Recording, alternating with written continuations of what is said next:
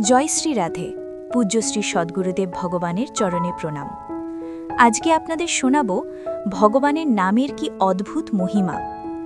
প্রেমানন্দ মহারাজজি ওনার একটা ভিডিওতে ভগবানের এই নামের মহিমা বর্ণনা করতে গিয়ে খুব সুন্দর করে গল্পের ছলে বলছেন, স্কন্দপুরাণে উল্লেখ আছে যে এই যে কলিকাল বা কলিযুগ, এ যেন একটা তীক্ষ্ণ দাঁতওয়ালা ভয়ঙ্কর দুষ্টু সাপের মতো।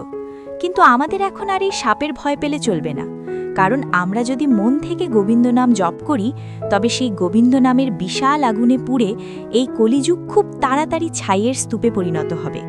এই ঘোর কলিযুগে যে সমস্ত মানুষ হরিনামের শরণাপন্ন হয়েছে বা হরির নাম নিয়েছে, তারাই আসলে জীবনে কৃতকৃত্য হয়ে গেছে। এই কলিকাল তাদের কোনোভাবেই বাধা দিতে পারে না। মহারাজজি বলছেন, যারা এই জগতে প্রতিদিন হরে, কেশব, গোবিন্দ, বাসুদেব এই নামগুলো মুখে উচ্চারণ করে, কলিযুগ তাদের একটুও কষ্ট দিতে পারে না। তারপর প্রেমানন্দ মহারাজজি আবার বলছেন, হে নরশ্রেষ্ঠ, যে সব মানুষ দিন রাত ধরে এই গোটা জগতের আধার শ্রীকৃষ্ণের নাম কীর্তন করেন, কলিযুগ তাদের কোনো যন্ত্রণা দেয় না। স্বয়ং ভগবান বলেছেন, যারা এই কলিযুগে আমার কীর্তন করে তারা সত্যি ধন্য, তারা একেবারে কৃতার্থ, কারণ তারাই আসল পুণ্য কাজ করেছে এবং তারাই জন্ম আর জীবনের সবচেয়ে ভালো ফলটা পেয়েছে। যারা এই কলিযুগে একবারও হরির নাম উচ্চারণ করে তারা সত্যিই কৃতার্থ হয়ে যায়, আর এটা তো পাপী আত্মাদের জন্য পাওয়া খুবই দুর্লভ একটা ব্যাপার। এতে কিন্তু কোনো সন্দেহ নেই যে ভগবানের নাম করলে সব পাপের বিনাশ হয়।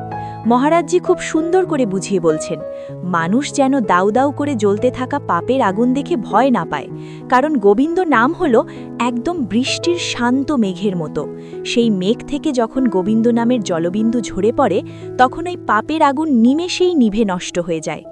মহারাজজি বলছেন, তাই একবার ভাবুন তো, কেউ যদি কোনো উপায় না পেয়ে একদম বাধ্য হয়েও ভগবানের নাম কীর্তন করে, তাহলেও কিন্তু সে সমস্ত পাপ থেকে ঠিক সেইভাবেই মুক্ত হয়ে যায়, যেমন একটা বিশাল গর্জন করা সিংহকে দেখে ভয়ে নেকড়ের দল তাদের মুখের শিকার ফেলে দিয়ে প্রাণ ভয়ে ছুটে পালিয়ে যায়। তাই ভক্তিভরে ভগবানের নাম সংকীর্তন করা হলো সমস্ত পাপকে একেবারে ধুয়ে মুছে শেষ করে দেওয়ার সবচেয়ে সেরা উপায়। যেমন ধরুন, জং ধরা লোহার টুকরো আগুনের মধ্যে দিলে ধাতুর সব ময়লা পুড়ে ছাই হয়ে যায়, ঠিক তেমনই মানুষ যদি সকাল আর সন্ধ্যায় আমাদের দেবাদিদেব শ্রী হরির নাম কীর্তন করে, তাহলে সে সব পাপ থেকে মুক্ত হয়ে সোজাসুজি স্বর্গলোকে গিয়ে অনেক সম্মান পায়। তারপর মহারাজজি গল্পচ্ছলে বলছেন, হিন্দু শাস্ত্রের নারায়ণ নামকে এক খুব বিখ্যাত চোর বলা হয়। জানেন কেন? কারণ তার নাম আর যশ মানুষের কানে ঢোকা মাত্রই মানুষের অনেক অনেক জন্মের জমানো সব পাপরাশি তিনি নিমেষেই চুরি করে নেন বা হরণ করে নেন। তারপর মহারাজজি বলছেন, স্কন্দপুরাণে এটাও লেখা আছে যে মানুষ যদি খুব ভক্তি ভরে বা এমনকি ভক্তি ছাড়াও এমনিও একবার গোবিন্দ নামটা মুখে উচ্চারণ করে নেয়, তাহলে সেই নাম তার সমস্ত পাপকে ঠিক সেইভাবেই পুড়িয়ে ছাই করে দেয়, যেমন করে প্রলয়ের সময়কার বিশাল আগুন গোটা বিশ্ব ব্রহ্মাণ্ডকে পুড়িয়ে দেয়। এই পৃথিবীতে কোনো মানুষ যদি নিজের নাম গোবিন্দ রেখেও বিখ্যাত হয়, তবে শুধুমাত্র সেই নামটা ডাকার ফলেই হাজার হাজার পাপ টুকরো টুকরো হয়ে ভেঙে যায়। তাই মহারাজজি বলছেন, একটু ভেবে দেখুন, আমরা যদি ভুল করেও বা অসাবধান হয়ে আগুনের একটা ছোট্ট কণা ছুঁয়ে ফেলি, তাহলে আমাদের হাতটা পুড়ে যায় তো? ঠিক তেমনি যদি হরিনাম একবার আমাদের ঠোঁট ছুঁয়ে বেরিয়ে যায়, তবে তা আমাদের সব পাপকে জ্বালিয়ে একদম ভস্ম করে দেয়। যেমন ধরুন, আপনি ইচ্ছে না থাকলেও যদি আগুনে হাত দেন, আগুন কিন্তু আপনার শরীর পুড়িয়ে দেবেই। ঠিক তেমনি কোনো বাহানা করে বা যে কোনো অছিলায় যদি কেউ একবার গোবিন্দ নাম নিয়ে নেয়, সেই নামও তার সব পাপ পুড়িয়ে ছাই করে দেয়। যাদের মন খুব অশান্ত, মায়ায় জড়িয়ে আছে বা যারা খারাপ বিষয় ডুবে আছে, তাদের সব পাপ নষ্ট করার একটাই মাত্র রাস্তা, আর সেটা হলো হরিনাম। মহারাজজি বলছেন, পদ্মপুরাণে খুব সুন্দর করে বলা হয়েছে, আমাদের অসীম ক্ষমতাবান সব জায়গায় ছড়িয়ে থাকা ভগবান শ্রীকৃষ্ণের নাম কীর্তন করলেই সব পাপ ঠিক সেইভাবে মিলিয়ে যায়, যেমন সকালবেলা পূব আকাশে সূর্য উঠলে রাতের ঘন অন্ধকার নিমেষেই গায়েব হয়ে যায়।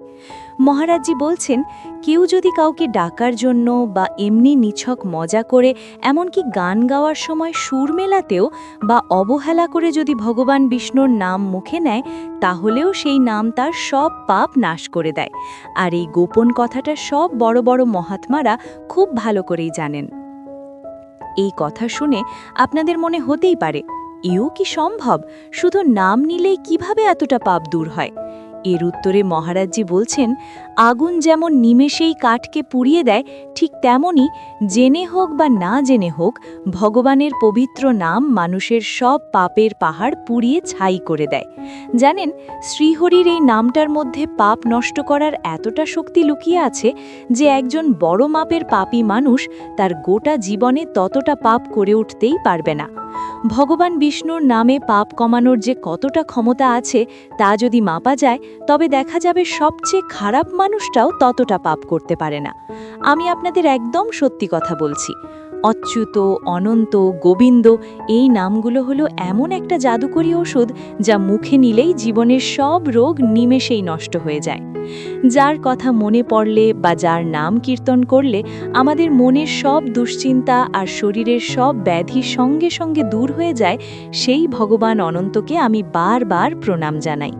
যে মানুষ মায়ার জালে আটকে আছে বা খুব কঠিন কোনো রোগে কষ্ট পাচ্ছে, সে যদি শুধু নারায়ণ নামটা কীর্তন করে, তবে সে সব ভয় থেকে চিরকালের জন্য মুক্ত হয়ে যায়। শ্রীহরির এই নাম বারবার জপ করলে সব রোগ শান্ত হয়, জীবনের সব বিপদ কেটে যায় আর সব খারাপ জিনিস দূরে সরে যায়। যার মহিমা এই গোটা জগতে ছড়িয়ে আছে, সেই ভগবান অনন্তের যখন নাম কীর্তন করা হয়, তখন তিনি তার সেই ভক্তদের মনের ভেতর ঢুকে গিয়ে তাদের সব সংকট ঠিক সেইভাবে নাশ করেন, যেভাবে সূর্য অন্ধকারকে দূর করে দেয় আর ঝড় এসে মেঘের দলকে উড়িয়ে নিয়ে যায়। আর যারা খুব কষ্টে আছে তাদের কথা বলতে গিয়ে মহারাজজি বলছেন, যারা খুব পীড়িত, দুঃখে ভরা, দুর্বল হয়ে পড়েছে, ভীষণ ভয় পেয়েছে বা খুব ভয়ানক কোনো রোগে ভুগছে, তারাও যদি একমাত্র নারায়ণ নাম কীর্তন করে, তবে তারাও সব দুঃখ থেকে মুক্তি পেয়ে ভীষণ সুখী হয়ে যাবে। আমাদের পরম শক্তিশালী ভগবান বিষ্ণুর নাম কীর্তন করলেই এক্ষ, রাক্ষস, ভূত, প্রেত, ডাইনি বা যত হিংস্র সব অশুভ শক্তি আছে, তারা সবাই ভয়ে ছুটে পালিয়ে যায়। ভগবানের এই নাম সংকীর্তনকে সব বিপদের একমাত্র বিনাশক বলা হয়েছে। যখন খুব খিদে বা তৃষ্ণা পায় অথবা যখন কেউ হোঁচট খেয়ে পড়ে যায়, তখন যদি ভগবানের নাম সংকীর্তন করা হয়, তবে মানুষ সব রকমের বিপদ থেকে নিষ্কৃতি পায়। এতে কিন্তু কোনো সন্দেহ নেই। মায়ায় ঘেরা এই দুনিয়ার আগুনের শিখায় আমরা সবাই সবসময় জ্বলছি, কিন্তু যারা ভগবানের নাম রূপী একটা শান্ত মেঘের ছায়ায় এসে আশ্রয় নেয়, তারাই আগুনে কখনো পুড়ে যায় না। যারা এই সংসারের মায়ার বাঁধন থেকে একেবারে মুক্ত হতে চায়, তাদের জন্য তীর্থপাত ভগবানের নামের চেয়ে বড় আর কোনো উপায় এই পৃথিবীতে নেই যা এই কর্মের বাঁধন কেটে দিতে পারে। কারণ একবার ভগবানের নামের আশ্রয় নিলে মানুষের মন আর কোনো ফলের আশায় কোনো কাজে আটকে থাকে না। ভগবানের নাম ছাড়া অন্য কোনো প্রায়শ্চিত্তের উপায় খুঁজলে মানুষের মন রাগ আর অহংকারে ডুবেই থাকে, আর তার পাপও পুরোপুরি শেষ হয় না। আর সবশেষে একটা খুব দামি কথা মহারাজজি বলছেন, মৃত্যু যখন শিওরে বা যে মানুষ একেবারে মৃত্যুর দিকে ঢলে পড়েছে, সেও যদি কোনো উপায় না পেয়ে কোনোভাবে একবার ভগবানের নাম মুখে উচ্চারণ করে ফেলে, তবে সেও নিজের সমস্ত কর্মের শিকল থেকে মুক্তি পেয়ে খুব ভালো একটা গতি লাভ করে বা সোজাসুজি স্বর্গে যায়। ভাবুন তো, সেই পরম দয়ালু ভগবানের আরাধনা এই কলিযুগের মানুষ করবে না, এটা কত বড় একটা কষ্টের কথা।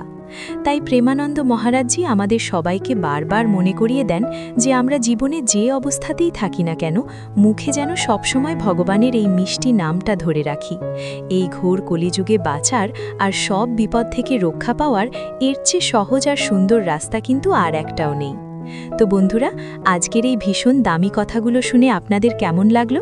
আশা করছি সবার খুব ভালো লেগেছে আর মনের ভেতরে একটা অদ্ভুত শান্তিও কাজ করছে। এবার থেকে আপনারাও সারাদিনের কাজের ফাঁকে যখনই একটি সময় পাবেন, একবার অন্তত মন থেকে রাধে রাধে বা গোবিন্দ নামটা উচ্চারণ করবেন। দেখবেন জীবনের সব দুশ্চিন্তা আর কষ্ট কেমন ম্যাজিকের মতো দূর হয়ে যাবে। আজকের মতো এই সুন্দর আলোচনাটা তাহলে এখানেই শেষ করছি। আর প্রেমানন্দ মহারাজের হিন্দি ভিডিওগুলো এইভাবে বাংলায় শুনতে চাইলে এই চ্যানেলটিকে সাবস্ক্রাইব করে বেল আইকনটা অন করে দিন। তাহলে দেখা হবে পরের ভিডিওতে। রাধে রাধে।